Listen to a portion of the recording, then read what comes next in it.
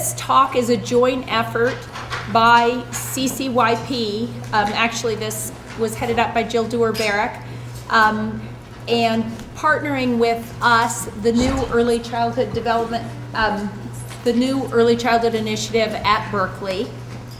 We actually are really excited that you're all here. We are launching the Early Development and Learning program at Berkeley. We have so many assets here with the research, with early care and education programs, and a dynamic student body. And so we are integrating it, putting it all together, and have our sights set on offering a new early development and learning major in the fall of 2016.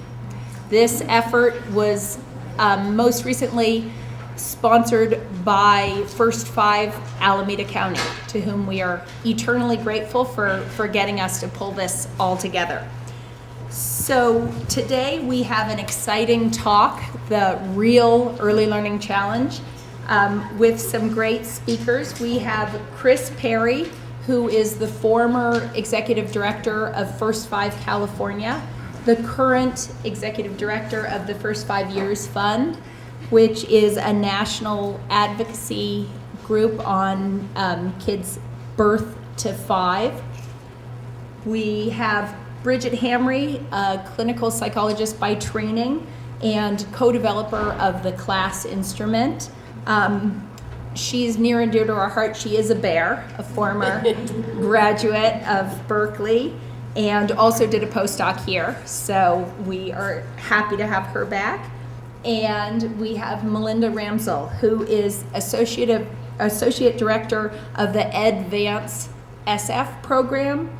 And she also is the Associate Director of the PATH program at San Francisco State University, which is promoting achievement through higher ed. I think we have a great program, and they'll each be talking. Bruce Fuller will be introducing the talk, and then each of the speakers will talk, and there'll be time for your questions and discussion following. Bruce?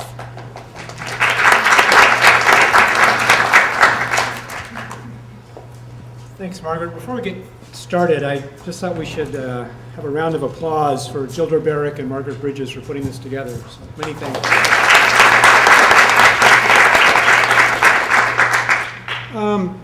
These folks you're about to hear from don't need any framing of this issue. I wanted to say a couple things just to put some context around this. As many of you know, since the 1960s, there's been a huge push to increase access to pre-K programs, to child care programs of all types, including family daycare. And about, I'd say 10 years ago, the focus shifted, or there was a more balanced focus towards quality, towards trying to improve quality. Part of that came from the concern over sustainability of effects of pre-K and early care and education, the so-called fade-out issue. I think part of it came from an equity standpoint, that we know that many kids receive high quality care and other kids receive not so high quality care. So about a decade ago, the policy conversation and the discussion among foundation leaders and practitioners started to shift towards this more balanced position of how do we expand access and improve quality simultaneously. And of course, this is very hard given fixed resources. With regard to improving quality, I just wanted to mention kind of 3 general issues, and then I'm going to let these 3 women go their own direction on some of these issues. One is the issue of structural constraints on improving quality. We have really exciting issues like reimbursement rates, which just get your blood flowing in the morning when you hear that phrase. But reimbursement rates drive salaries, reimbursement rates drive the quality of folks we can attract into early care and education and retain. We've got multiple funding streams in Sacramento. We've got about 5 or 6 different ways in which the state and the feds fund early care and education. Those funding streams have spawned about 8 or 9 different interest groups that protect their particular funding channels. So we've got this sort of political economy around these programs, which is very hard to move. So in terms of improving quality, one challenge is how do we restructure this non-system that we've created in California and elsewhere. The second issue, which I think is sort of bedeviling, is what I would call a quick fix around how we signal quality. In California and around the country, thanks to Kris's efforts and others, we have Race to the Top money from President Obama to build up QRIS systems, quality rating systems. And with the press to do that, I oftentimes blame economists of doing this, but I see ECE people doing this too. There's this rush to have quick measures, quick indicators of quality, like requiring bachelor's degrees or requiring the sacred class instrument. We move towards sort of immediate indicators that we can easily contract out for or easily measure with a survey. And we're just starting to discover that some of those measures are not all that predictive of children's growth. We might have to learn from healthcare or other sectors where there's an attempt to come up with quality indicators that are actually proximal to outcomes, to client outcomes. So in healthcare, we look at infection rates in hospital, or we look at morbidity rates. We look at indicators that are very close to the outcomes we're trying to move at the client level. But in ECE, I think because we're trying to improve quality rapidly, we're trying to respond to funding demands rapidly, we sort of jump to these indicators that are not always empirically related to child development. And the third issue, which is sort of a favorite one in our shop, is how do we think about quality in culturally situated kinds of ways? The one example that comes to mind is Head Start's rush to require AA degrees and BA degrees in a pretty short amount of time. And some worry is out there around how this changes the mix of providers. Are we driving out, for example, Latina providers whose home language is Spanish, and they can't pass that pre-calc course at Diablo Valley College? I think we have to think about quality in terms of language of instruction. We have to think about quality in terms of child rearing practices that kids and families bring into early care settings, and teachers don't always understand those culturally situated practices. So I think as we move more aggressively in this quality area, this is a third issue of how do we think about quality and human interaction and quality measures that are really speaking to different cultural forms, different ways of raising kids. So with that framing, which you didn't need, I'm going to turn it over to Kris. Great.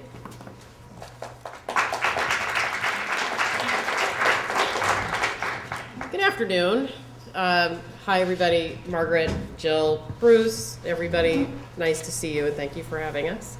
I see lots of friends in the audience, so I'm really distracted right now because I would like to just go socialize in the back. But if I were a presenter, I would be doing that right now. But I won't do that, I promise. I will focus on why I'm here. And why I'm here is to try to set a political context for early childhood on a national level. Both of the other presenters are going to speak about their expertise, but I think it's kind of interesting to have this backdrop of the political nature of early childhood right now and the culmination of all the work all of you really do at the local, state, national level to get to where we are today.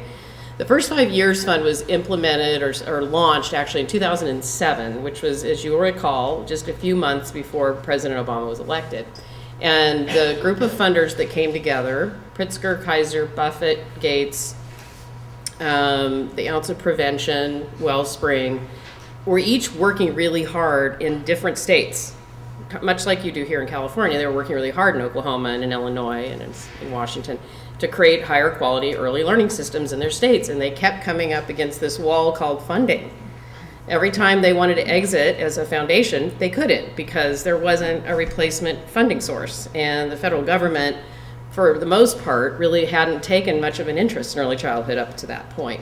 But there was this big presidential campaign going on. We had at least one candidate who was from Chicago who was somewhat knowledgeable about early childhood development, and there was beginning to be this little bit of hope that someone would come and they would take the lead on early childhood at the national level, and indeed that's what happened.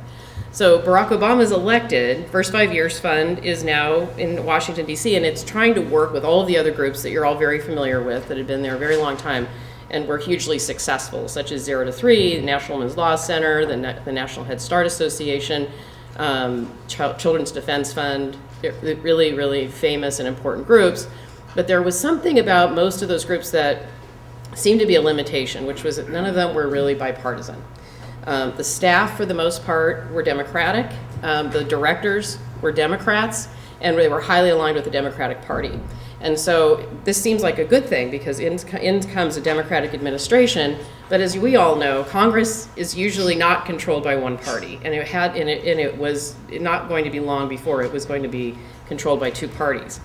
And so the First 5 Years Fund had a few very simple mandates: birth to 5, higher quality, prioritize kids living in disadvantaged environments, and work on a bipartisan basis, whenever possible.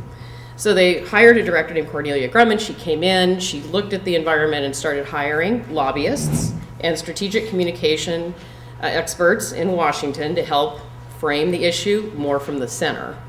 And this is now many years ago. I think what we're seeing even today with the vote on CCDBG, which is a huge victory, one of the few bills that has passed in this Congress, the 113th Congress, that took bipartisan support, almost unanimous support, is an early learning bill.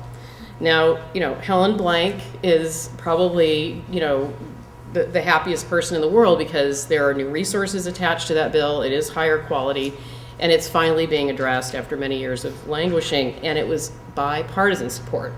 So I'm bringing you to this point where in the first term, you all saw things like Race to the Top, QRIS, major quality initiatives were coming out of the federal government through ARA and other funding streams. And states like California were benefiting because you were ready to move. You already had First 5 funding, you had lots of other funding, but this federal funding gave you even more of a boost, and lots of other states are in the same boat. The difficult thing has been scaling up from there. So those funders thought, oh, I need help from the federal government, so they got this little boost. And now everybody's like, well, actually, now we've created all these quality improvement systems, but we can't go to scale. So this is actually really frustrating. Now we're all frustrated. And that has helped us create more and more of an argument for a new, bold investment in children birth to 5 that isn't necessarily Head Start or child care or early Head Start or home visiting. It's a new funding stream to support states in their work to provide quality early learning programs for kids birth to 5. Our big push last year, if you'll recall, the State of the Union address in 2013 and in 2012, right after he won his second term, included comments about early learning. That was the first time that had ever happened, that the leader of the free world got up and talked about early learning as a priority among thousands of domestic and foreign policy issues. He focused in on those.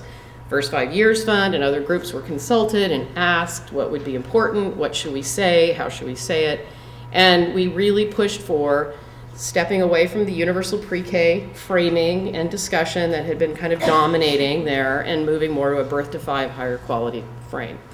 And you can Google this and watch him. You should watch that State of the Union speech anytime you're feeling discouraged about the hard work ahead of you in early learning, because that clip where he talks about how every child should have a chance at success and happiness, and you can do that through early learning, you go, okay, now I remember why I'm doing this. But the part of this that's more recent history is he gave that State of the Union speech, and we all had a party that night, and we all went home. We came back to work, and we went, okay, well, now what? It was just a speech. There's no bill. There's nothing. It was those were talking points. We were so focused on talking points. So we realized that in Washington, D.C., the way you pass major pieces of new legislation is through a war room. When they passed the Affordable Care Act, there was a war room. When they repealed Don't Ask, Don't Tell, there was a war room. I think many of you have probably had the pleasure of working in one if you've worked on someone's campaign or worked on an issue. And in Washington, you do this to coordinate a movement over a short period of time to get a very specific result. So what we did was we hired somebody who was really good at war rooms and happened to have a relationship with the president. His name's Jim Messina. And he came in to the early learning world in Washington and he said, okay, you want to help him realize his dream, we have to run a campaign and we have to get all of our friends in the states to want to do this with us. So I bet most of you have gotten an email last year, this year, from me, from Helen Blank, from everybody you ever knew in Washington saying, the president supports this, but that's not enough. There has to be legislation. There has to be demand for more supply. And we've been doing that now for a little over a year. And here we sit today. I was just saying this to Bridget before I got up here, which is I'm still doing Hill visits with members of Congress who ask me, if I had to write a piece of legislation tonight, what 2 quality elements should I put in it to hold states accountable for quality? That's a question. Now, you're going to hear about I don't know how many elements of quality or how many instruments or how many important movements there have been to get to a better result. But what I'm trying to emphasize before you hear about a wonderful program for teaching, for getting teachers their degrees or helping teachers learn how to teach better, is that there are policymakers who control the federal budget who have no idea that these 2 programs are going on, who are making decisions right now, literally right now, because they're only there for 1 week between Labor Day and Christmas. They're only here right now for this week. So everybody's, you can imagine. And we are trying to convince them that the president's call to action, the fact that the states need more money, the fact that foundations say it's not enough, the fact that both Republicans and Democrats in our polling over 2 years have said practically unanimously, we don't care if it's not deficit neutral, we really think there should be more spending on early learning, has resulted in this continuing to be at least something they're debating. And we're not off the table. We had a $1.4 billion increase at the end of the last budget cycle, which was a miracle. But we're worried that it'll happen, that this time other issues will dominate. They're worried about the Ebola outbreak and ISIS and all these other things. And we know how distracted people get that are there. So what I wanted to make sure you all understood is there is sort of this perfect being the enemy of the good a little bit. And among the early childhood advocates that have been working together on this for a year in Washington or for decades, and then the work I did here in California with all of you, sometimes we would spend months or weeks or years sort of arguing with each other over the perfect quality improvement system or the perfect element of a tier 4 program. And I did this myself, so I'm holding myself responsible for doing this very thing I'm saying can be at times unrealistic, given that the policy and political world is moving at a very different pace. And funding decisions are getting made, and we're not really on the train that's going down the track with the money in it. We're very busy litigating with each other over how we'd like to spend the money, but there's nobody really fighting for more money. And so I'm being very provocative and blunt because there's not a lot of time. It's late in the afternoon. Some of you look exhausted. Just to try to get your attention on this dilemma that we face going into next year, which is a Republican-controlled Congress, a lame duck president, an emerging presidential race that will take up every bit of oxygen everywhere, and an issue that has so much bipartisan universal support among voters that it may emerge that as one of the top presidential campaign issues in this next 2 years. And the folks that are in Washington right now will notice that, and they will think to themselves, maybe we should take care of this now, rather than wait to see who wins and see how they take care of it. And so I'm sort of letting you know that there is an amazing opportunity in the next few years for all of us to keep being organized and focused and speaking in a unified voice to achieve either raises in existing funding streams like Head Start, Early Head Start, CCDBG, et cetera, but also think about the new investment, the one that's not race to the top. It's not a little planning grant. It's taking you all the way to scale. It's making sure every kid living in poverty in this state under the age of 5 is in some kind of quality early learning program. That's going to take a huge grassroots, grass tops effort, and one that you'll help inform, Bridget, and I know the work that's going on at San Francisco State will too. So I'll stop there, and hopefully, you'll get to talk about real evidence now, not politicians. Great. Thanks, Kris.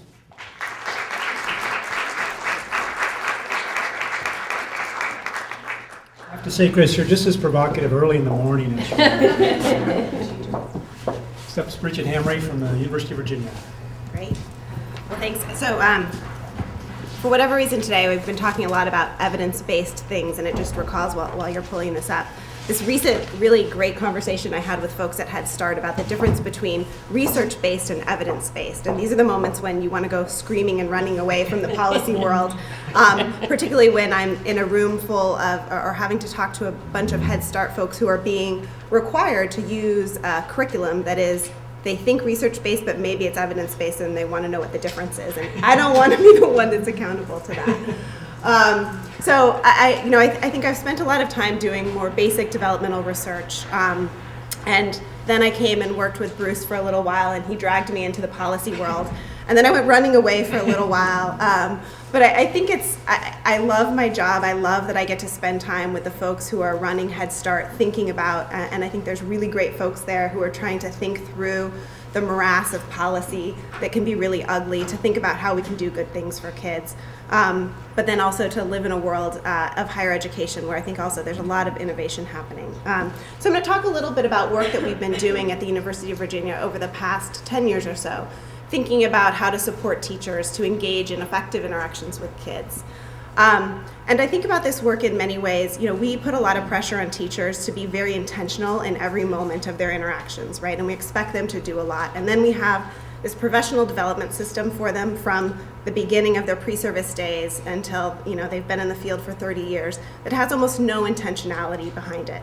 And I think so one of the goals we've set for ourselves is how can we take a more intentional approach to thinking about the supports that we're offering to teachers in the field, because they're doing a hard job and we really need to be providing them supports that make sense, meet their needs, and hopefully also have an evidence base. So we're working in that space, and I'll talk a little bit about some work that we have done with coaching, as well as some more recent work we've been doing with some online learning programs. So what do we want for our young children? I think it's important, especially given your point about we all can have lots of fights about what we want our early learning programs to look like. So it's important for us to sort of state our perspective on that, and hopefully I think there's actually gaining sort of consensus around what we want for our young children, although maybe I'm overstating it a little bit. But in my world, this is what I think. I think I want these young girls to know how to relate to one another, to know how to relate to their teachers in ways that when they need support from their teachers, they know how to get that. I want them to know how to regulate. I want them to know how to regulate their attention. I want them to know how to regulate their behavior. Again, I want them to be able to use adults as they need to help them do that regulation as they're growing and maturing. I want them to think. So there are facts. Young kids need to know facts, but that's not all. So they need to know their letters, but they also need to know so much more than that. And so we want to make a space where they can learn the facts that they need to know, but also learn to think deeply about the world in the ways that we all want young children to think. And then essential to all of that, and actually missing sometimes from some of our work, is the work around language. So just basic communication skills. We want them to be able to talk to each other again and talk to adults and get what they need. So this is the vision that I think hopefully many of us share. And so our goal has been, how can we help support teachers to support children to make the most of each of these kinds of learning moments that they have in the classroom? And so those of you who are familiar with the class, this will be old hat. I'm going to not spend a lot of time on it, but just to give you a sense. So we've developed an observational measure that assesses some of the things that are going on in classrooms that relate somewhat, not to Bruce's point, not entirely to the kinds of outcomes that we're wanting to see.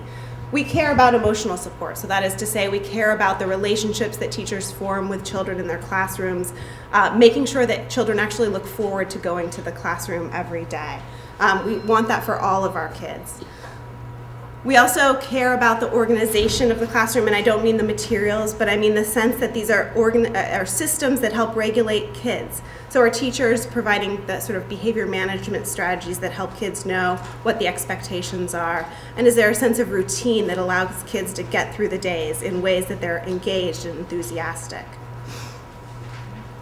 And we care about instruction. For a long time, that was a bad word in early childhood, and I think that's because of misperceptions about what instruction means. So if instruction means sort of drill and kill on flashcards, then that's not what we want. But we certainly want to create environments where instruction isn't a bad word, where teacher isn't a bad word for an early childhood educator. We want teachers to have skills to promote cognitive development in small group settings and whole group settings, one-on-one. None of these are inherently bad ways to teach kids. It's about how teachers use the opportunities in center time, in whole group, to really promote the kinds of foundational cognitive skills and language skills that we want to see for our young children. All right, so I recently wrote a paper for Child Development Perspectives that tried to sort of pull together what we've learned about teacher-child interactions, these interactions that I just described over the past few years. So this is just a little bit of data, not my own data from other studies in Head Start, in Boston, in Tulsa, in Georgia, and in Tennessee.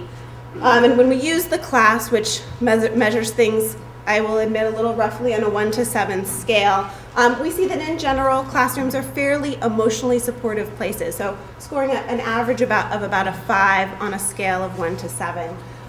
There's some recent papers looking at threshold effects that demonstrate that at about a 5 is where you start to see connections between what's happening in the classroom in terms of emotional support and the kinds of outcomes that are associated with that. So that whether you're a 1 or a 2 on emotional support doesn't seem to really matter, but you need to get up above that.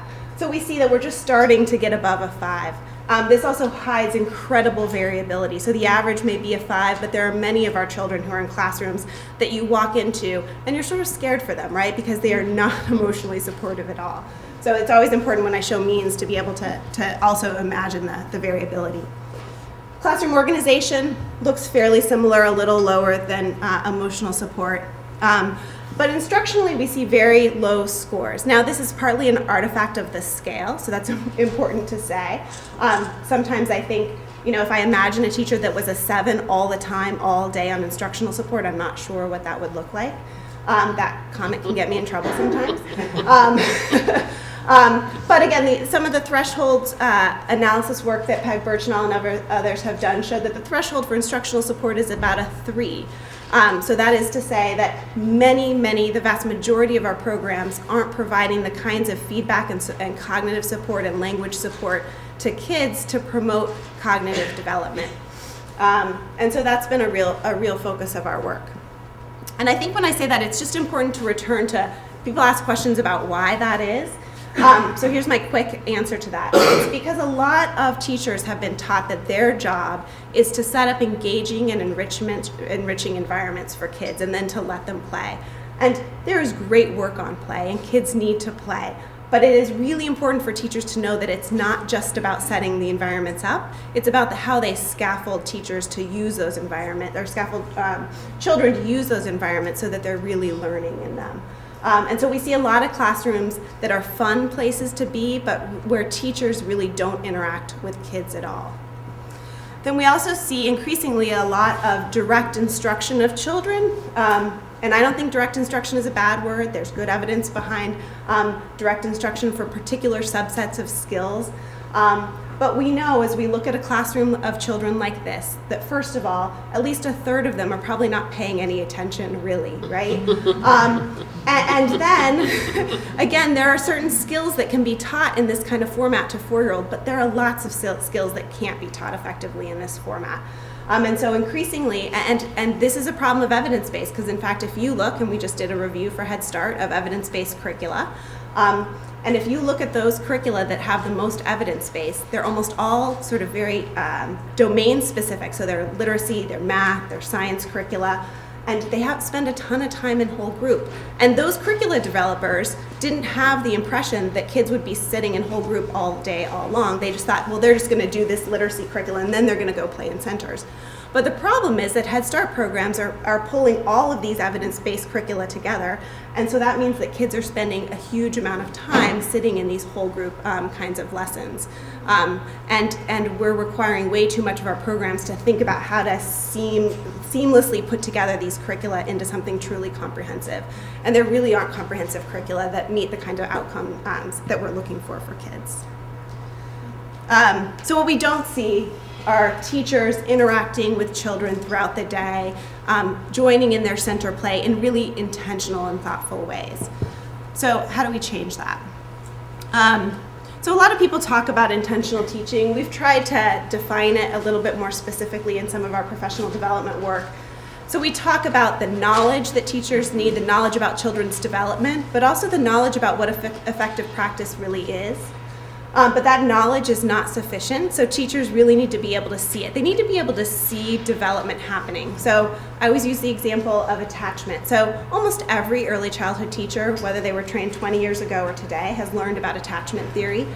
But very few of them connect that to the child walking in the classroom at the beginning of the day, really, really anxious because they don't want to leave their parent. And that's because we're not doing a good job of teaching them about what attachment theory actually means for being an early childhood teacher. And they also really need to be able to see what good practice looks like. It's not something that you can just read in a textbook. They need plenty of opportunities to do and enact that. And as somebody who works in a school of education, I can say, in general, we don't do a great job of getting our teachers into the working world soon enough. And then they need opportunities to reflect. So my colleague Bob Pianta hates that word. He would strike it because we use it so non-precisely. But teachers need an opportunity to actually watch themselves teach and think about what that means for how they can improve their practice. So Bob Pianta developed a coaching program called My Teaching Partner that many of you may be familiar with here in California because you're one of the, on the frontier of actually implementing an evidence-based coaching model at scale. And we've learned a lot about that. I'm not going to talk a lot about it, but if people have questions, I'm happy to talk more. So MTP is really just a video-based coaching model that uses the class as a lens to help teachers reflect on their practice along specific dimensions.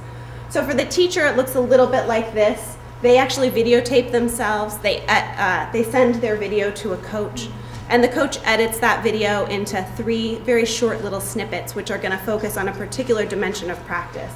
So in this case, and I realize it's way too small to see, but quality of feedback.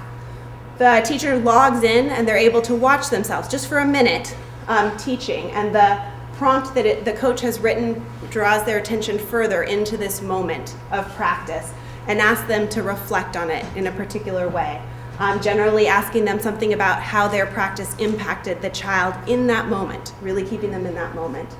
After the teacher logs in and responds to this written prompt, then the teacher and the coach meet, sometimes in person, sometimes over the phone. That's what we call an MTP cycle, which repeats every 2 to 3 weeks over the course of an academic year, traditionally.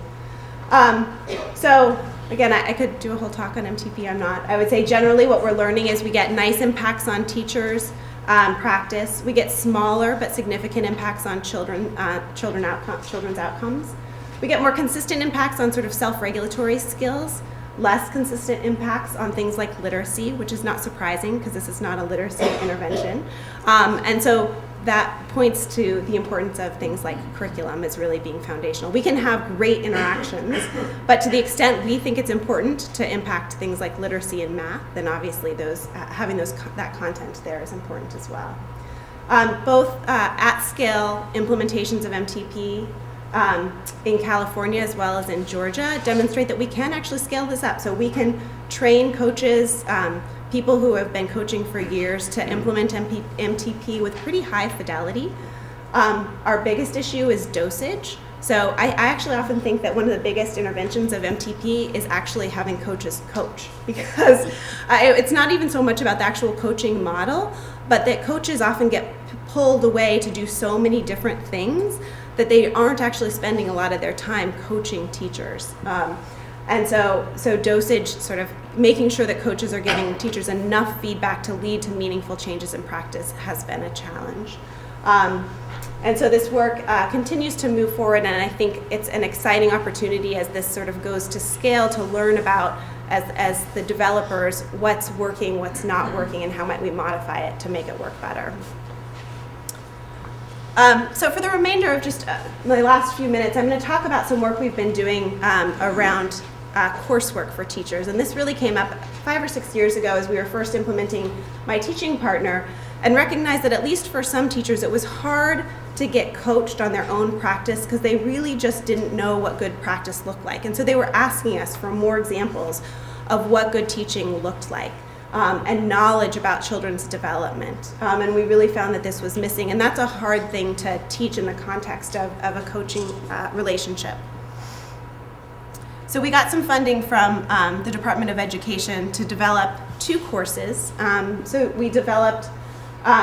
we actually originally developed an in-person course, and after demonstrating that that had some impacts on teachers' practice, we got further funding to develop online courses.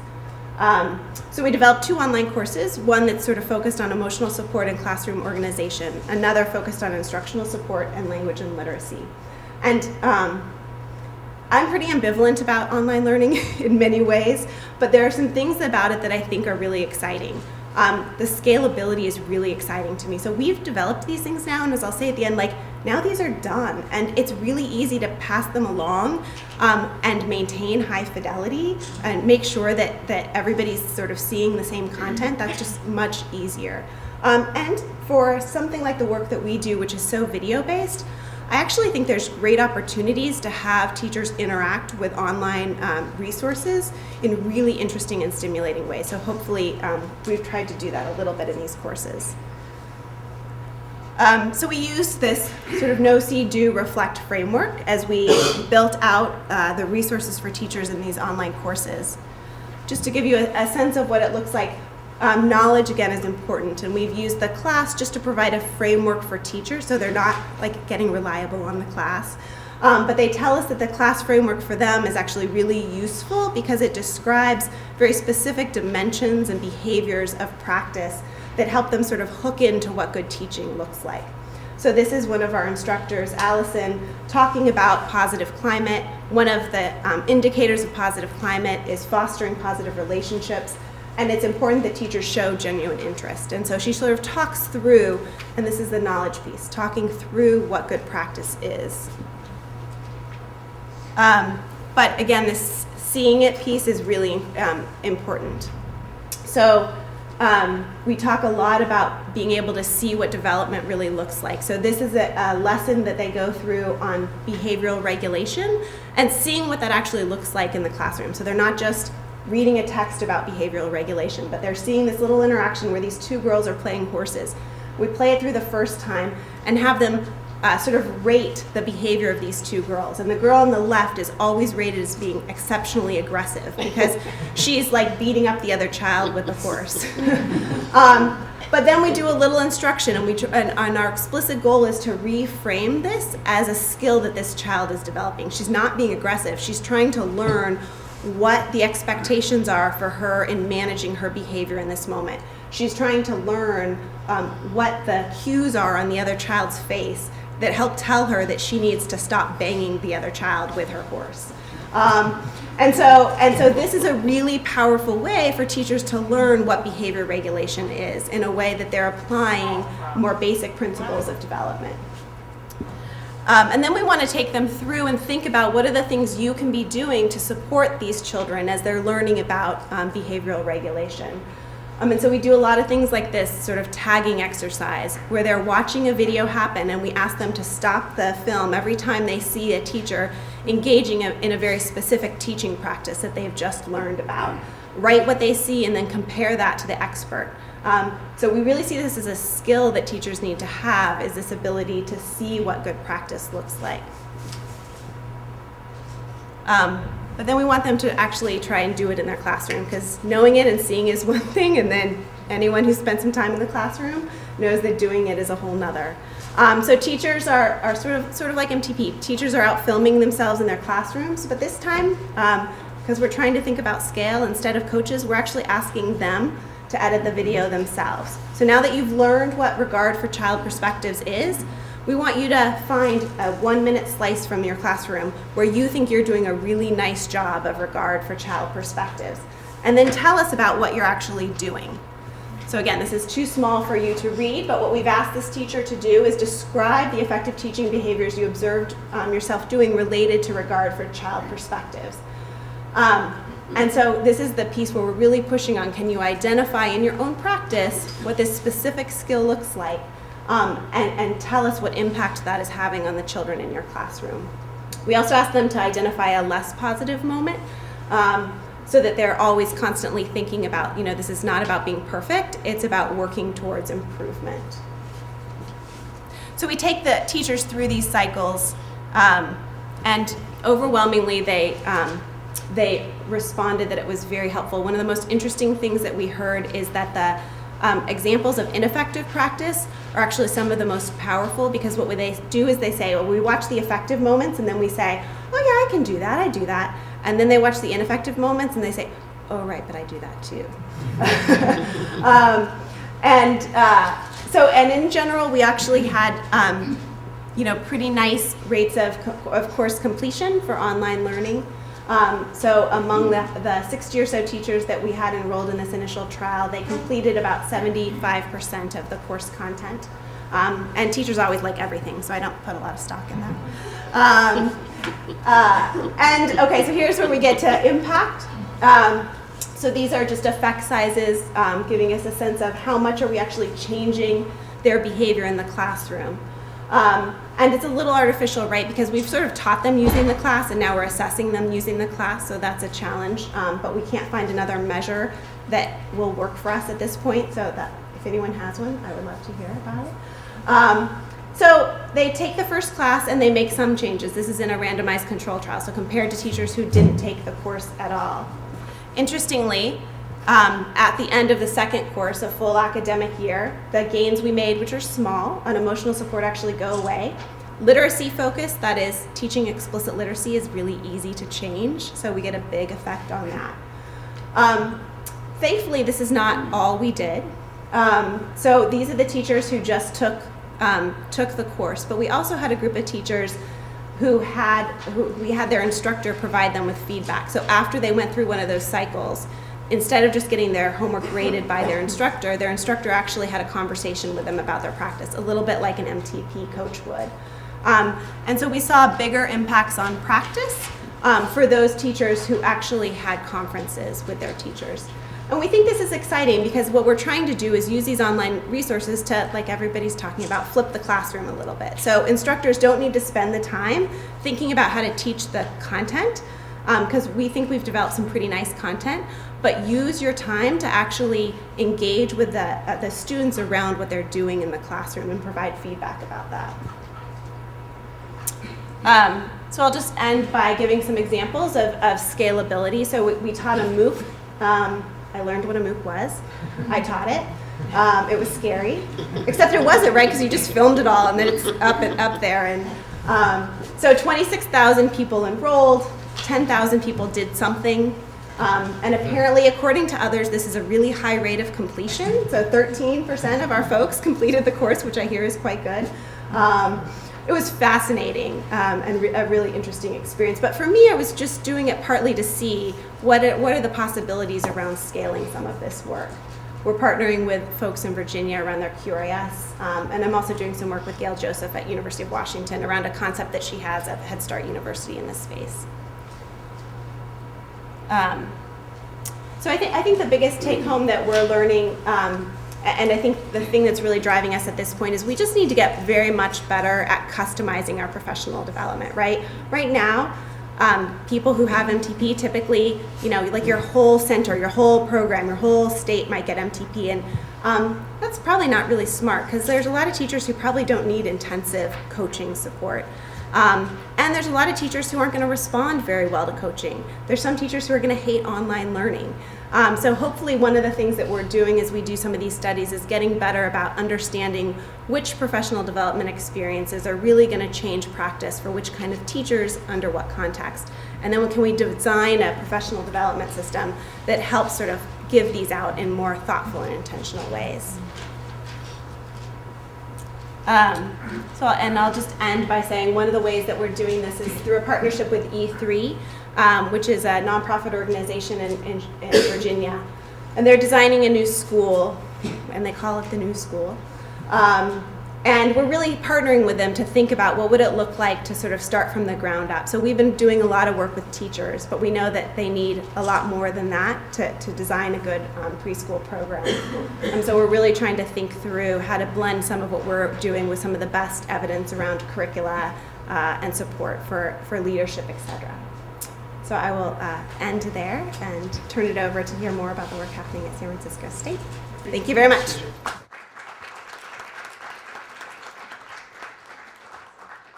We're talking at you a lot. I know you have questions, but we will have time to interact with the panelists.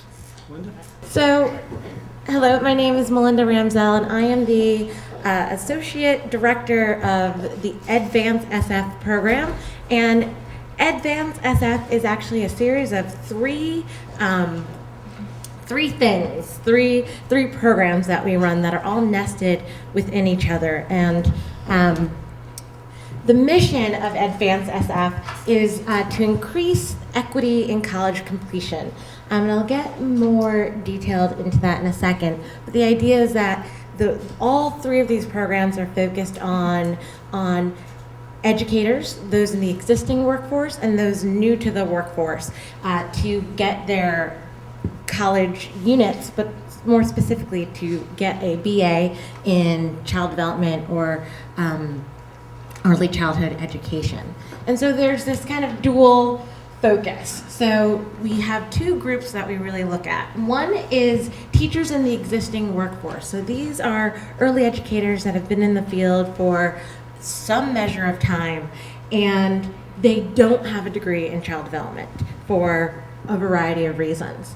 The other group that we look at are those who are new to teaching. So those who tend to be more traditional students who are going to graduate with a degree in child development, but with this degree have the expectations from the field that they have what it takes to be in leadership roles. So with the BA, they would come in as a lead teacher. However, they don't have the experience in the classroom to be at that level. And our goal is to increase quality in early educators, but also to maintain that diversity. So there was what we saw a need, and there's a whole lot of text, so I'll just start talking to you. But we wanted to really look at the challenges that specifically the existing workforce faced. And a lot of the challenges they faced is they were non-traditional college students, and for many they'd have to come back into the educational setting. To come back, though, they worked full-time. How do you get a degree from a university and still work full-time, be a parent, and have those obligations? So we really looked at what it would take to get a degree in an in-person setting. And then also the existing workforce losing their job, getting demoted, and really this overall push that the speakers before you talked about in getting a degree. So having your BA degree as a measure of quality. The existing workforce was some of them being left behind. So they weren't able to complete their degree. They were really struggling to get to the university. And so because of this lack of degree attainment, they were losing their positions or getting demoted, and to some degree were losing the diversity in the workforce.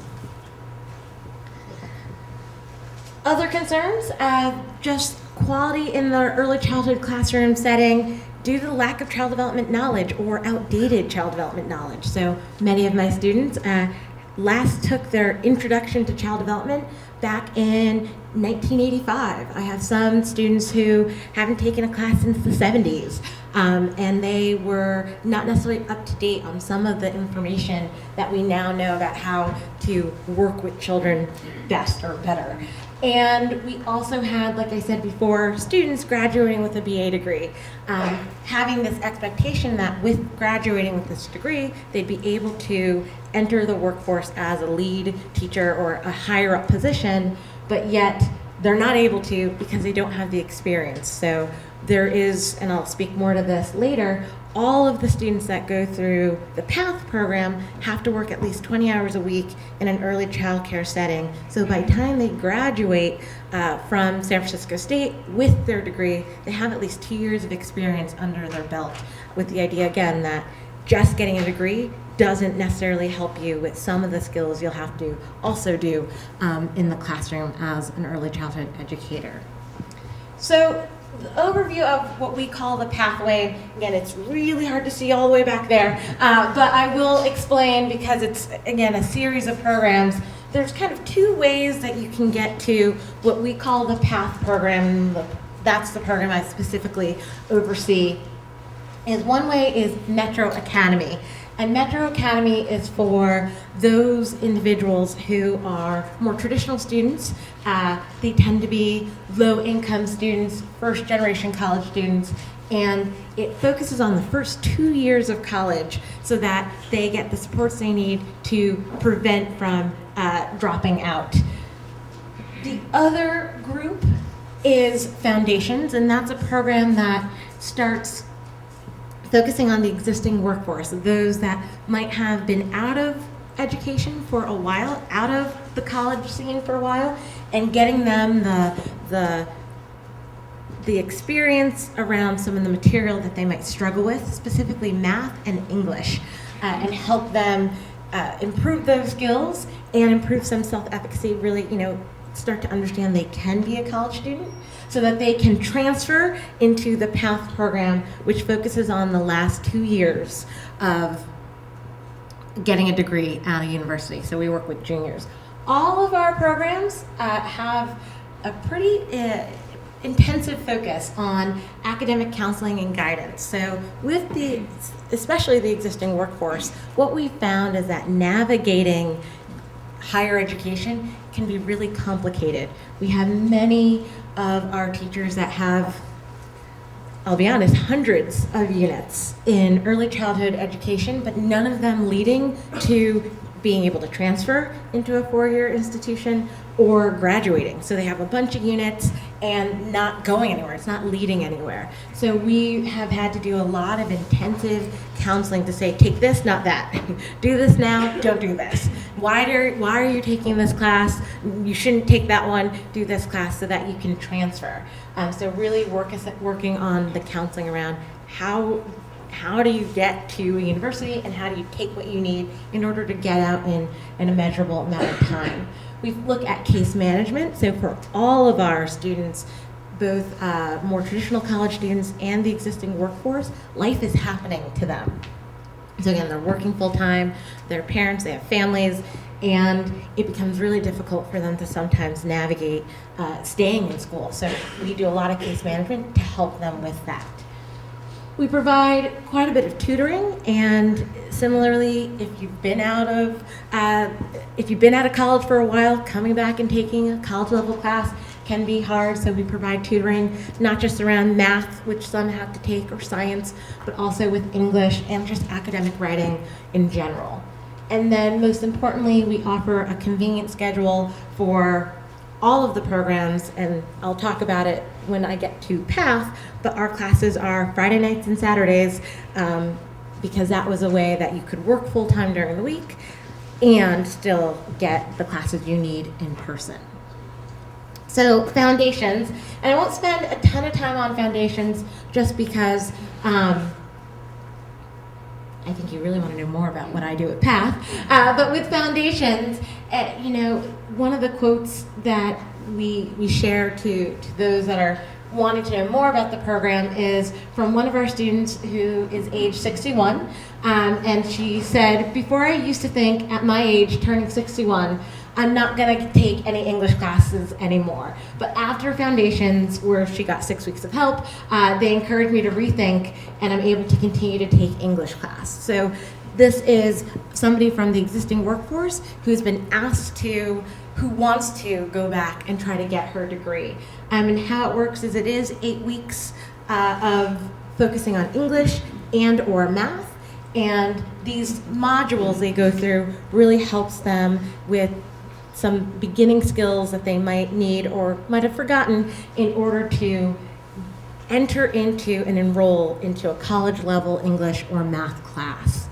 In terms of demographics, the average age is about 45, 100% women, and almost 90% of those that go through Foundations, English is their second language.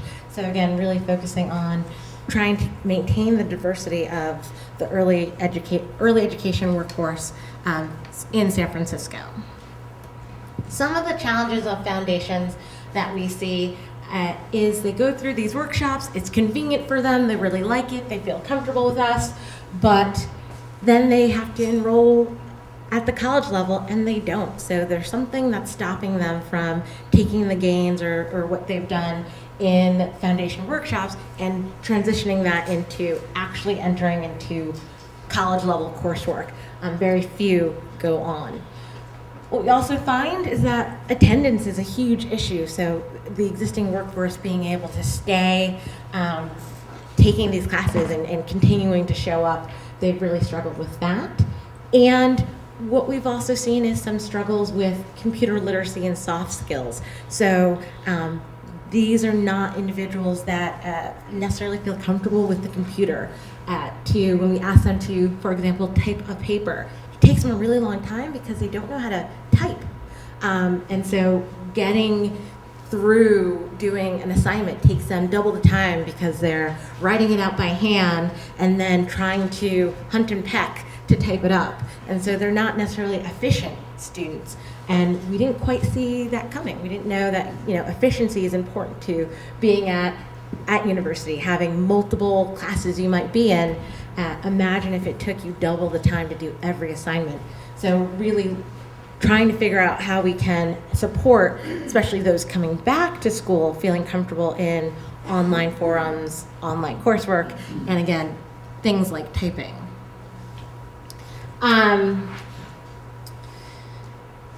So overall, what we saw, some of the barriers include enrolling in class. So what we've found was that the reason why, especially around English, individuals aren't enrolling in coursework is because if you are English as a second language, at least in the City College of San Francisco, it's a very long pathway to get to transfer level English. And so what we found is that it can take upwards of 9-10 semesters for some people, depending on where you start, to get from the beginning of the ESL pathway to transfer level English. That's a really long time, and it doesn't feel like you might get anywhere. And so you're taking these classes and you're still a far way off from being able to transfer. And so that can feel very defeating. What we also found, and this was in focus groups we did with the foundation's participants, is lack of employer support. So, there's this big push to go get your degree, go back to school, learn about child development, and then when, rubber meets the road, their employers weren't supporting them going to workshops, leaving early maybe, or even just, going to class, even if they didn't leave early. So the message was get a degree, but that isn't translating to what employers, what we found, valued. So yes, get the degree, we need this for our rating systems, you need this in order to keep your job, but programs that advertise to help you do that, the employee wasn't really supported when it came down to it. So the second program in advance is called Metro CAD, Metro SFSU, Metro Academy. And like I said before, this focuses on specifically college students who are more traditional, so they come into San Francisco State as true freshmen.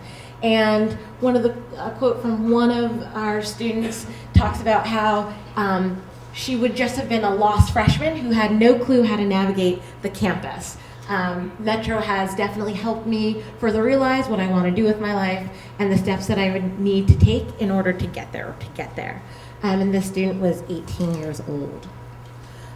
Metro focuses on low-income first-generation college students, and they tend to be underrepresented students at the university, and they all have an interest in child development. Interest should be underlined because it's not required that they go on into the child development major, but if they're interested, we want to give them the early classes they need in order to be able to enter the major. With this, Metro for CAD focuses on critical thinking, oral communication, writing, and quantitative reasoning. All those courses are the classes you need in order to continue on as a student in the CSU system. And Metro really focuses on looking at those courses and making sure that they're infused. So it's not just the content they get from the actual subject, but also that it's related to the topic they're interested in. All faculty in Metro get training on how to teach, so how to engage students in the classroom. And they really look at it from a critical pedagogy framework where they're trying to figure out strategies that will engage these students and reflect on what they need to do as instructors in the course to maintain positive student outcomes. In terms of the demographics for Metro, it's a fairly diverse group, and this is in comparison to the general San Francisco State population. Around 63% is low income versus close to 50 for the university in general. And then in terms of first generation college students, so those first in their family to go to college, about 50%, almost 50% of Metro is a first generation college student. Where we start to measure the effect of the program from degree completion framework is we look at persistence. So do they stay in the university?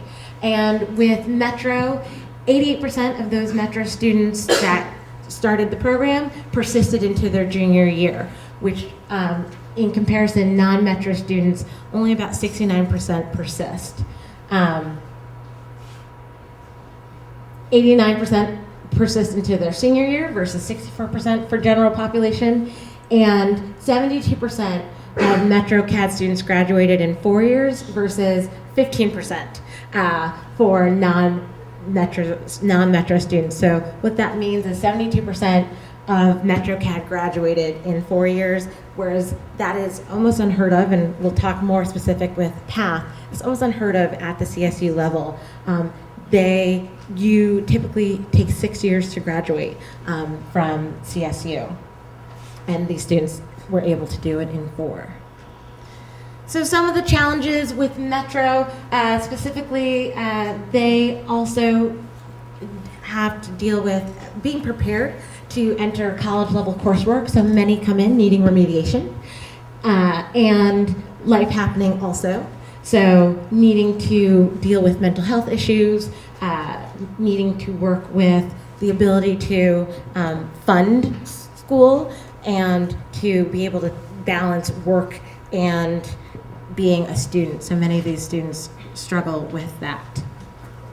The last program, and the one where I'll spend more time on, is PATH, which stands for Promoting Achievement Through Higher Education. The E is silent, but PATH allows this student who's 32, and this quote just describes how the program provided her with support to lift her up when she felt discouraged, and set a clear direction for her so she wouldn't lose sight of her goal, and it introduced her to some of the best friends, the greatest friends she's ever had.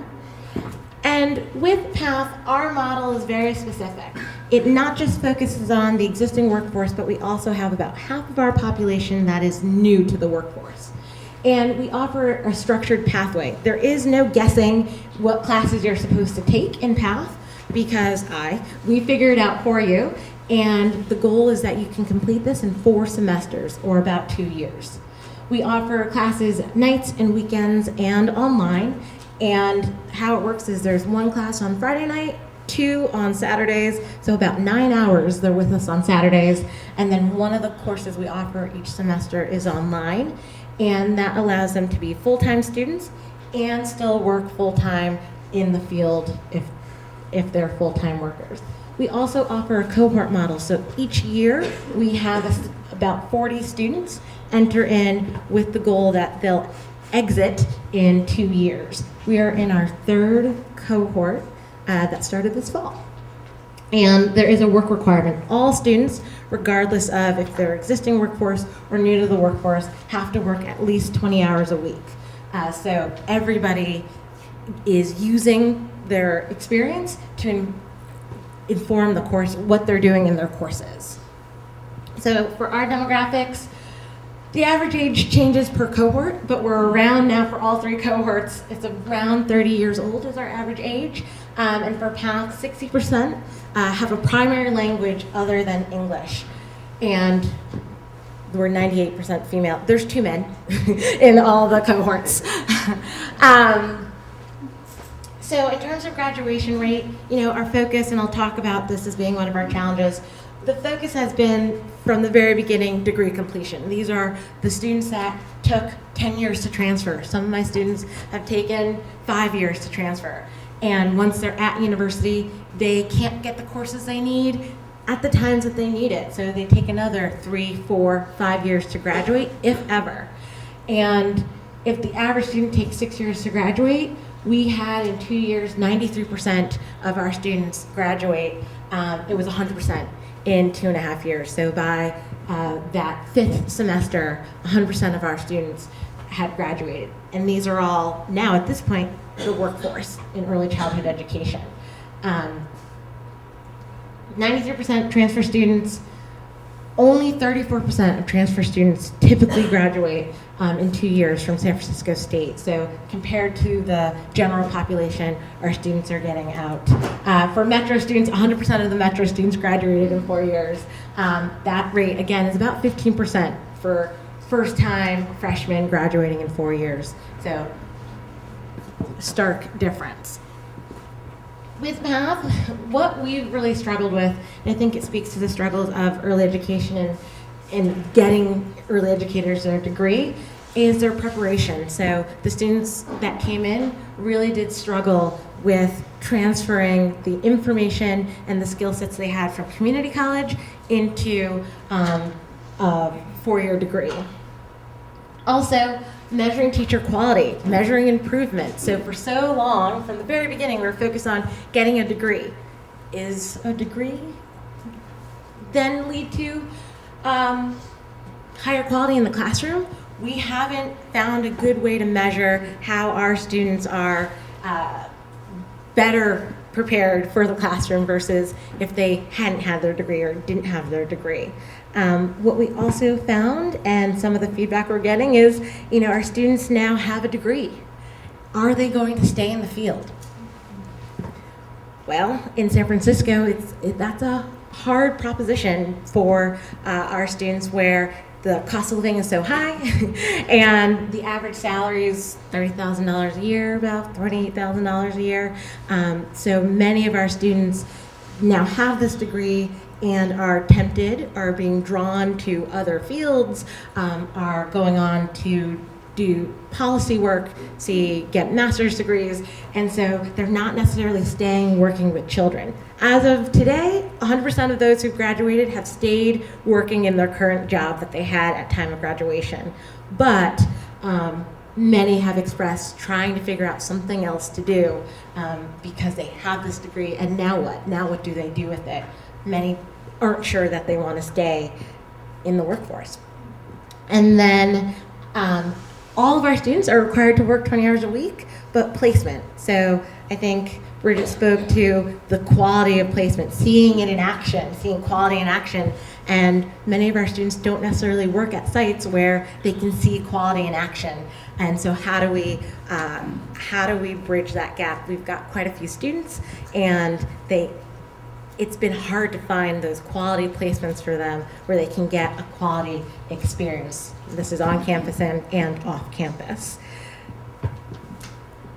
Oh, that's it. So that is the PATH program, and I think we're about to open it up for questions, right? Thanks, Melinda. Sure, thank you.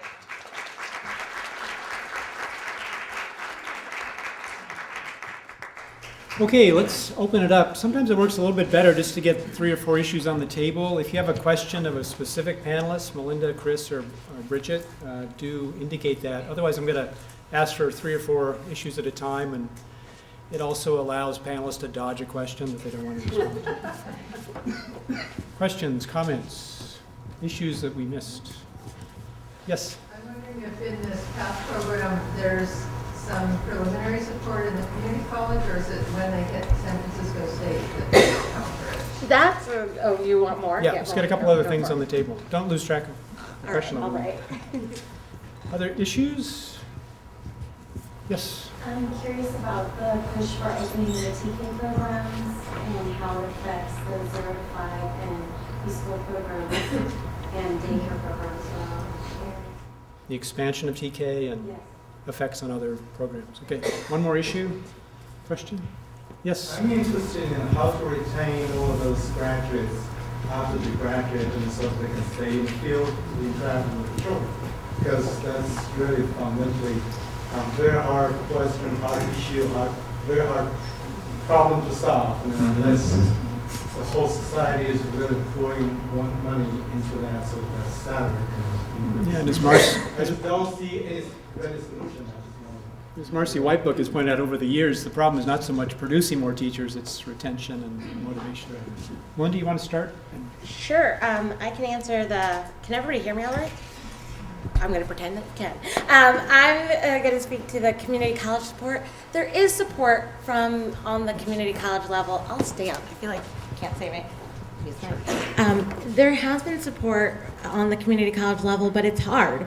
At the heart of the conflict, I'll say, is that, is it vocational, the coursework they need, or is it academic that they need in order to transfer and to do the skill set that we're asking at the university level?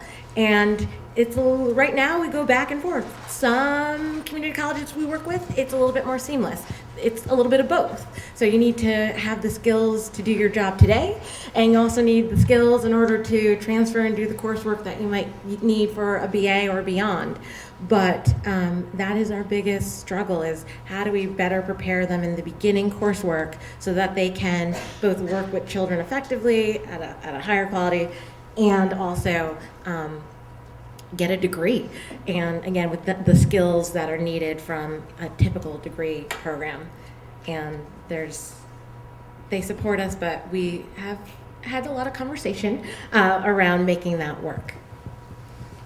Kris, Bridget, you want to field or elaborate on any of these? Which one? Yeah, so the question about the retaining teachers in the field, and really my answer to every question is the pie is too small. We keep slicing it up and asking people to hit higher and higher bars of education and training, and the wages are flat or they're declining, and we're cutting programs, and we're just doing nothing but harm. And why I was sort of being provocative earlier around the funding question is we do know what to do. We know who can do it. We know where they are. We just don't pay them enough to do this job well, and we don't support the centers where they work. So to retain, to maintain quality, to get folks the education and training they want and deserve, to give them the ongoing support they need on the job, and to get kids in programs where they're actually going to achieve later. And not only academically, but in their lives achieve happiness, is that we fund the field at the level at which it needs to be funded. It is a multi-billion-dollar problem every year. California, being the largest state, is already doing a huge amount, but you're still short too. So I feel like the answer to so many of our woes is not how, but not whether or not, but how to pay for it. And it sounds overly simplistic, but I think we've kind of hit a critical point here where there's enough unanimity about what we want, how we want it, and what we want to keep, that now we just need to have the will and the public support to fund it. I mean, all my students would stay in the classroom. Mm-hmm. It's not a question if they were paid. It's not a question of do they enjoy their work? Are they passionate about their work? It's once, especially you get this degree that we are asking them to do. What now do I do with this degree? Where in many other fields, a degree would equal a jump in pay salary. I want to say none, but maybe a few of my students actually got a wage increase from getting their degree. So why would they go back, and why would they stay? And there's one other thing I'll say that constantly happens in this field is that you go in and you say, we have a multi-billion-dollar problem. It's a shortfall. They say, okay, well, which other early childhood program would you like to cut to get your new program? Which is completely egregious and frankly totally offensive, because we're already so underfunded as a system. that this idea that the offset has to come from within our existing pie, which we know is frankly so small, and what we're really starting to argue now is that the offset needs to come from another area in the federal budget that maybe is overfunded, or is for a group of people, or for something that has no evidence to support that it actually achieves any outcomes. So we love the fact that there's always new information coming out about how this is a very successful thing to do, train teachers and get them going. And there are people who want to be in the field, and now we need to get more money. Susanna Cooper's in the back quietly. She did more than anyone to convince Jerry Brown to put a few $100 million new dollars into ECE, for which we owe you a round of applause. Yeah. Susanna, do you want to field the question about transitional kindergarten? I couldn't hear it. I'm happy to try to be able to. Okay. I needed to. I think the question, go ahead. I was mentioning it because initially when I went back to school, I got my master's degree in early childhood development, thinking I would teach in a transitional kindergarten classroom. And now the unified school systems require that you have a credential. But when you look on the EdJoin postings, they say no early childhood education units required for the job, but that's a preschool classroom. It's considered a preschool classroom. And I know that these TK classrooms are definitely affecting the business of people in daycares and who own private preschools because they're putting their kids into the programs that are free, but they're putting them in programs that are free with teachers that don't have any knowledge of early childhood development. And so these kids, I feel, are really losing out, and I wonder why policymakers aren't pushing for people who have a specialty area like a master's degree in early childhood development in those classrooms. Well, at least the one that I worked for, who was Carol Steinberg, who was the leader of the state senate, last year actually pushed very hard for some increased requirements around early childhood education training for teachers in those TK settings. This was a real point of contention with the governor, who wasn't interested in adding new requirements on TK teachers. In the end, there was sort of a compromise reached that is what I call a soft requirement that going forward, starting a year from now, all TK teachers should have 24 units of ECE in addition to their credential. Now there's an out that school districts can use to get around that if they deem that the teacher has enough suitable, what they would consider suitable experience or comparable experience to the 24 units. And that's a way they can get around that requirement. But it's my understanding that a lot of districts are taking the soft requirement seriously. So our hope is that you'll start to see a little bit of shift in the TK teacher force. The other piece I would add to that is that, and I don't have the numbers in my head, but the American Institutes for Research has done a survey of the existing TK teacher force. And I'd say it's not, based on the data that they found, it's not fair to characterize them all as people who don't have the CE in their background. There are actually quite a few. There are some, but it says on the website that it's not required. It says that on there, so people will be. I just feel like it's a foundational classroom. They should have someone who has done a significant amount of work in that classroom. Any other classroom I understand, but that one is. Yeah, and you would be preaching to the choir. This is also, I think, a structural historical issue, which is originally early care and education grew up in community-based organizations, and then teacher unions and K-12 educators discovered this new sector, and now we have this ongoing conversation around how do we expand? Do we expand in the public school system? Are there political advantages to doing that, or do we continue to expand in the NGO world? Mayor de Blasio in New York is faced with this problem now where he tried to expand first in the schools, and those teachers are paid 33–40% more than the CBO-based teachers, and they're trying to mediate that. So I think there's a broader issue here around how we move institutionally. Phil? Given that there's, that family environments are very important, is there anything in teacher education that's including helping teachers to work with parents and family? Allison, you want to get an issue? on the table?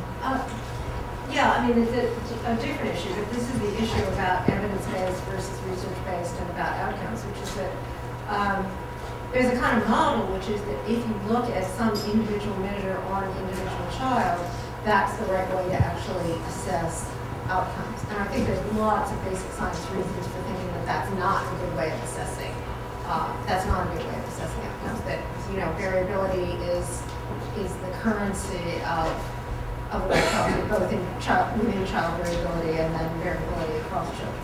And the question is there some way that we could get a model of outcomes or a model of assessment or a model of, and some of the elements of class I think are like that, where we can just say, look, this is what a good environment for a 3-year-old looks like.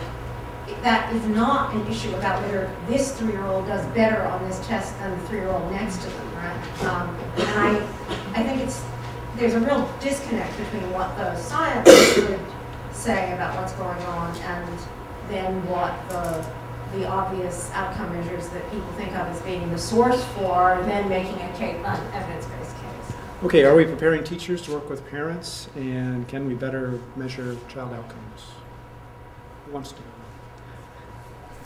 Well, I mean, I think on the question of families, I think early childhood has done a better job of that than K-12. Historically, certainly Head Start, that's a major push. I think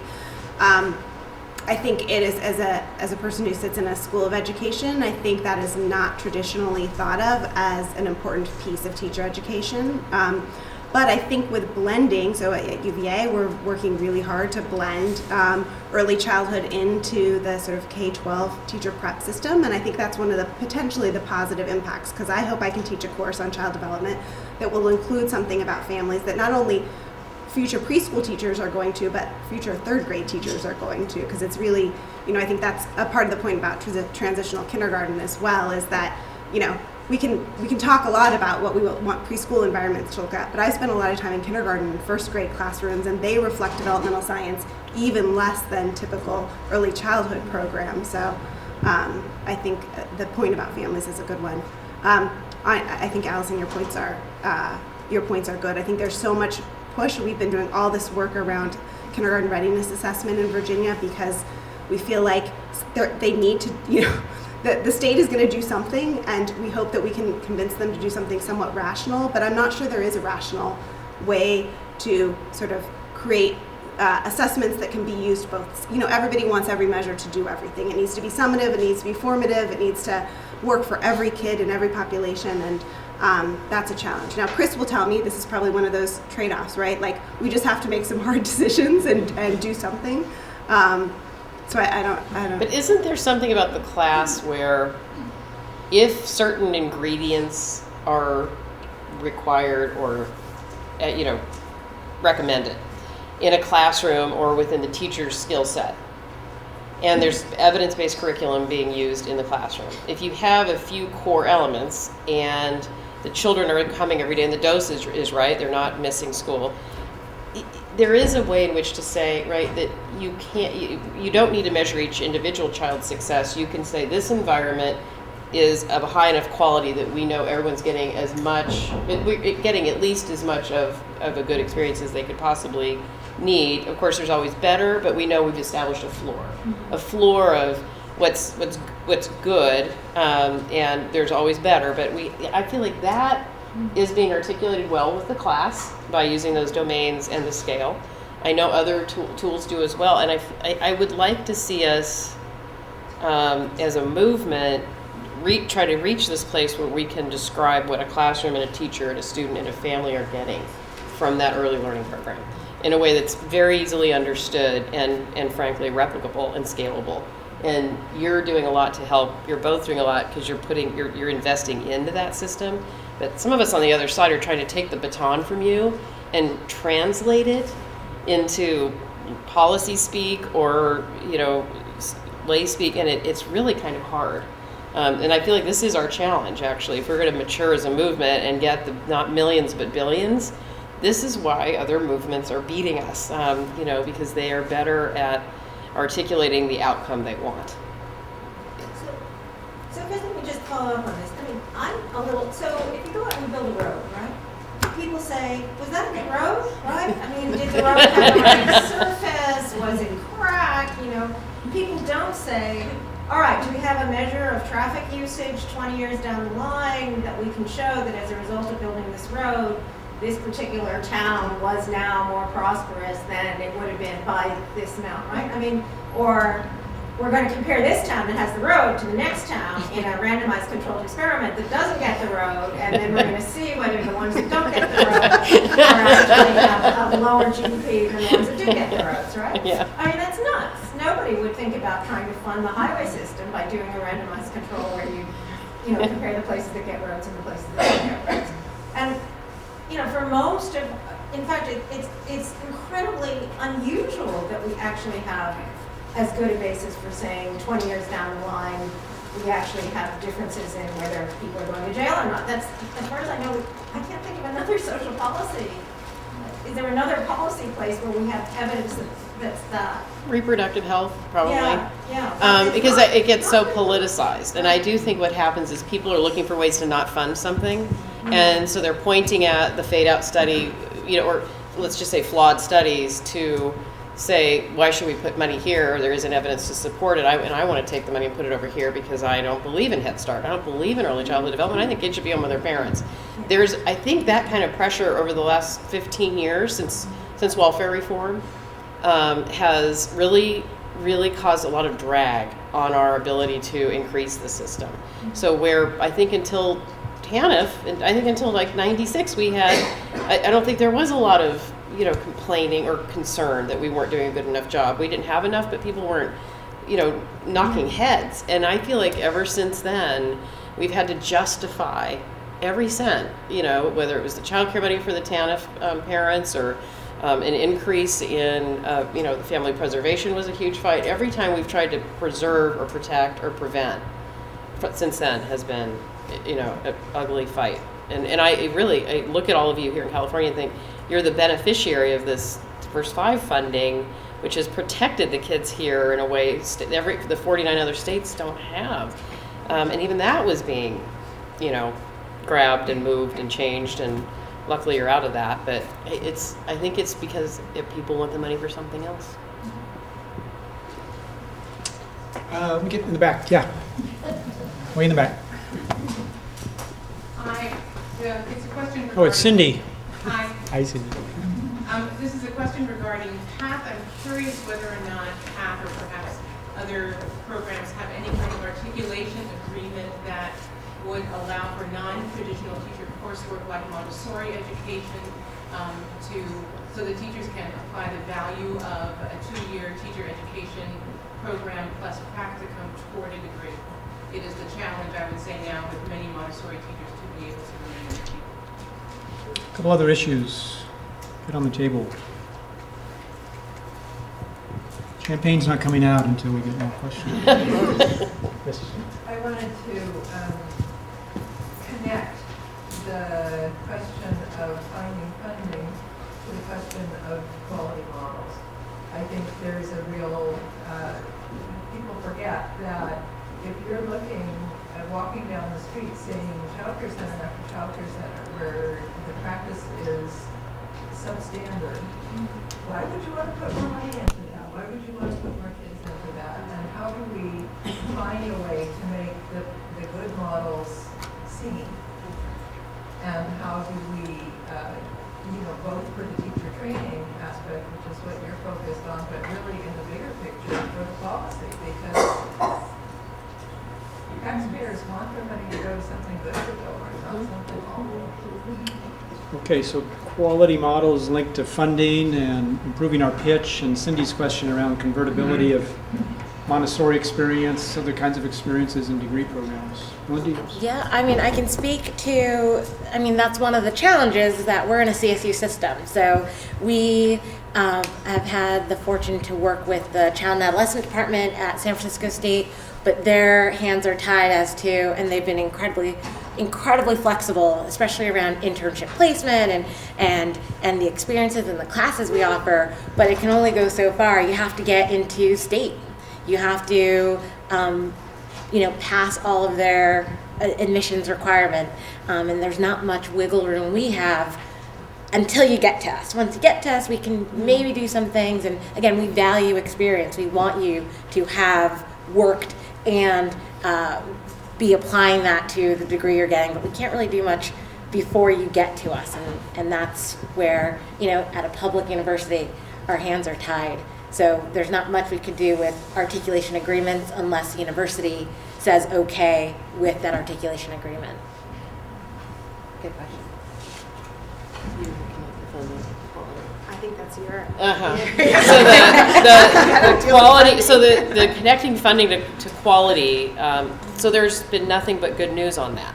So you have the new Early Head Start Child Care Partnership Program, which is trying to move the quality of the CCDBG funding stream over to Early Head Start standards, which would be wonderful. And they're doing it incrementally, which is fair.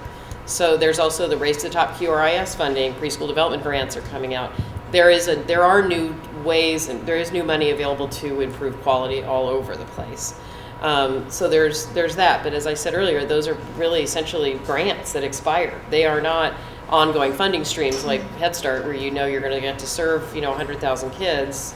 They're not really designed for that. So we keep getting up to these cliffs, right? These funding cliffs where we understand ourselves better. We have a statewide plan. We know everybody's on board. We've fought everybody. We've come to consensus. It's ready to go, and there's nothing. And I feel again like this is all on all of us to not only articulate it, effectively at the state level, but as the window for a major change in the administration and in Congress happens over the next 24 months, we have to figure out, right, some of our really key asks and what, we need to monetize and quantify how much money we think is missing from our system and what it would be used for. And I think that's where you start watching it all implode. The minute you say, what would it be for? The people that are all friends aren't friends anymore. There was a quote in the New York Times last year after the president gave his speech by Gail Collins that said, let's watch the early childhood field now that's going to be a circular firing squad. And that was the moment everybody in Washington who's been working on this we were all at a meeting that day, and everybody just went, that's actually really possible. And I'm not going to say it ever happened here, but there are these, right? Your arguments over what's better, who's more deserving, and if we keep doing that, if we keep sort of beating ourselves, somebody else is going to get an increase. Somebody else is going to do better. I also think that our logic models aren't great, right? So the way that we throw money into quality rating and improvement systems and get lots of bureaucrats to think of all sorts of different ways so measurement's important. Measurement's important, but I have often thought, I work for a Head Start center, the National Center for Quality Teaching and Learning, that was funded for $40 million over 5 years. We've created some really great resources. There's lots of people in Head Start, and they're free, they're available. Please go, because I think not a lot of people see them. But the training and technical assistance money in Head Start, it's massive. 40 million is a tiny piece of it. And I've often just wondered if we, to your point, if we just gave that money to teachers and created different incentives for folks to stay in the field, to enter the field, and develop some capacity around good training programs, but good professional programs, we could just be smarter about it, I think. And so I worry a little bit about the sort of continued push around QRIS and 57 different points that every center has to. I'm not sure that we're going to legislate ourselves into. Well, I can tell you the right doesn't want that. So that'll be interesting, that fight, because they're more interested in states having lots of flexibility and freedom to decide. Now, there may be states with QRSs that are simple and straightforward, and there are 57 elements of quality. I don't know if that's true here. But in the states where you have 57 quality elements, it may be very difficult to implement something new. And that's what the fight will be. I don't know if you heard, there's a Lamar Alexander, who's very well known in this education world, was quoted as saying, I think we should just block grant every early childhood dollar, every single one, and divide it by the population of children under the age of 5 by states and send them their money. And let's be out of this. Federal government, well, let's just get out of it. We can't even articulate what we want people to do anyway, so why should we be creating yet one more program? Now, I do this to be the devil's advocate because there are people in very powerful positions over the federal budget who believe that this would be a reasonable solution to, where we find ourselves, which is we have multiple funding streams. We ask people at the ground level to braid and blend and backfill, and it's an onerous task, and we haven't come up with a better solution upstream. So, other issues, questions? Yes. Sure, I'll ask a question. I am a complete amateur. I run a program that funds all the transitional kindergarten classrooms, and I just wonder, knowing how it's working here in Oakland, I'm just wondering, would a student-teacher ratio be one of these really simple quality measures that you could utilize for TK, 4.5 to 5.5 years?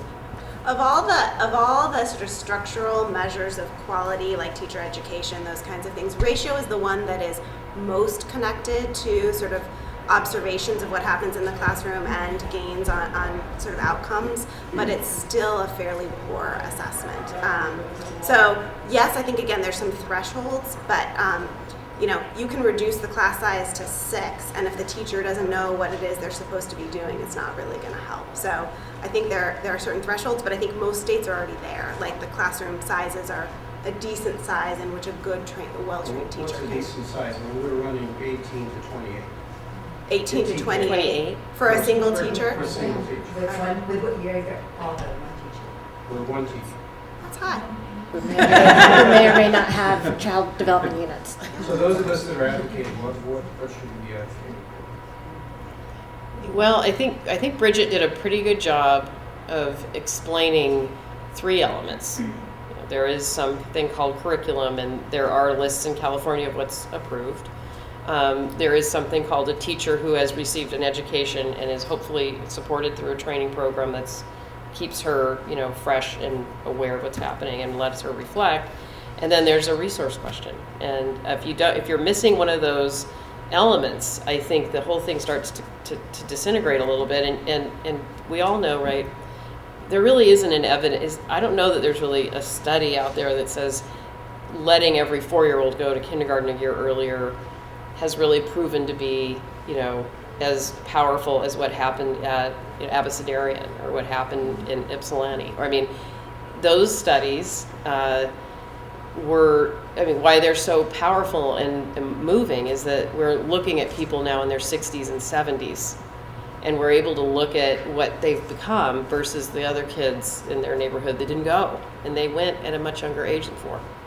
And health outcomes are better, wealth outcomes are better, and I don't know that we have something equivalent on 1 extra year at 48 months, So that's where I also worry about, like you were saying, a lot of new money came in, but it's not based on one of these, landmark studies at all.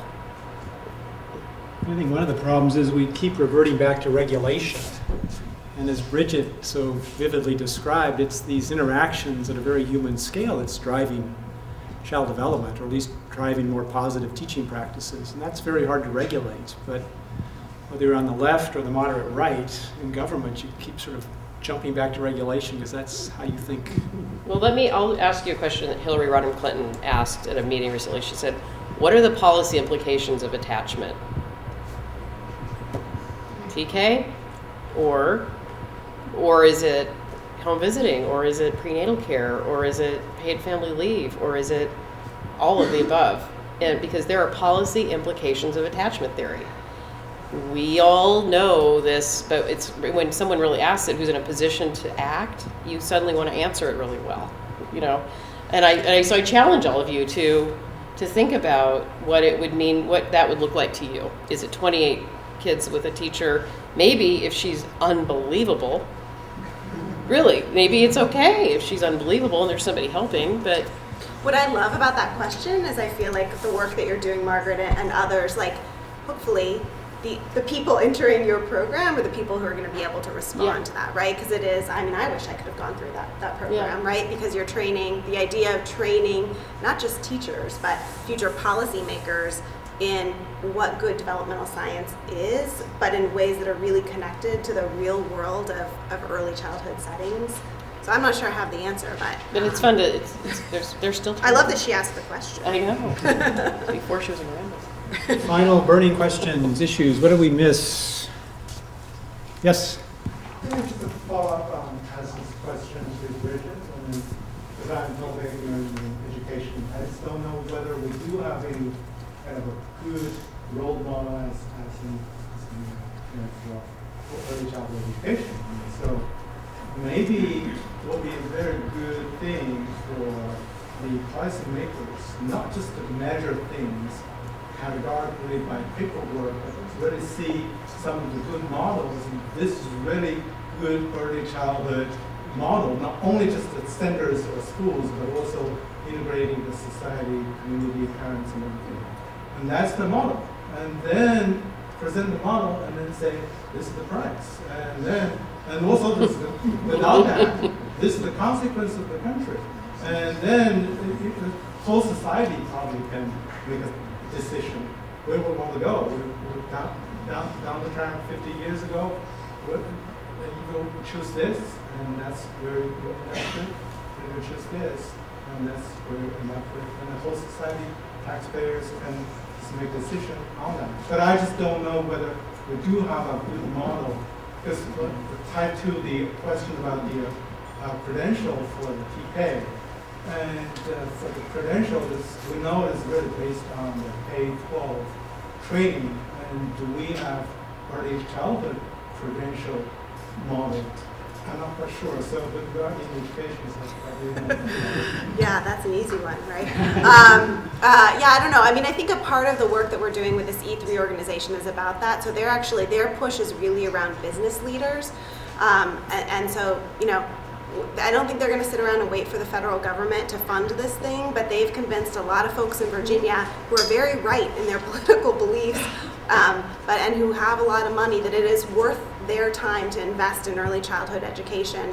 And so the idea is, can you create a model that business folks can come in and see and get behind and scale effectively? So I think that's not really an answer to your question, but I think it is speaking to the fact that we need to get a little more innovative about the ways in which we're able to demonstrate quality and make the arguments, because I think our traditional arguments that just ask for more money to do more things aren't really going to get us what we want.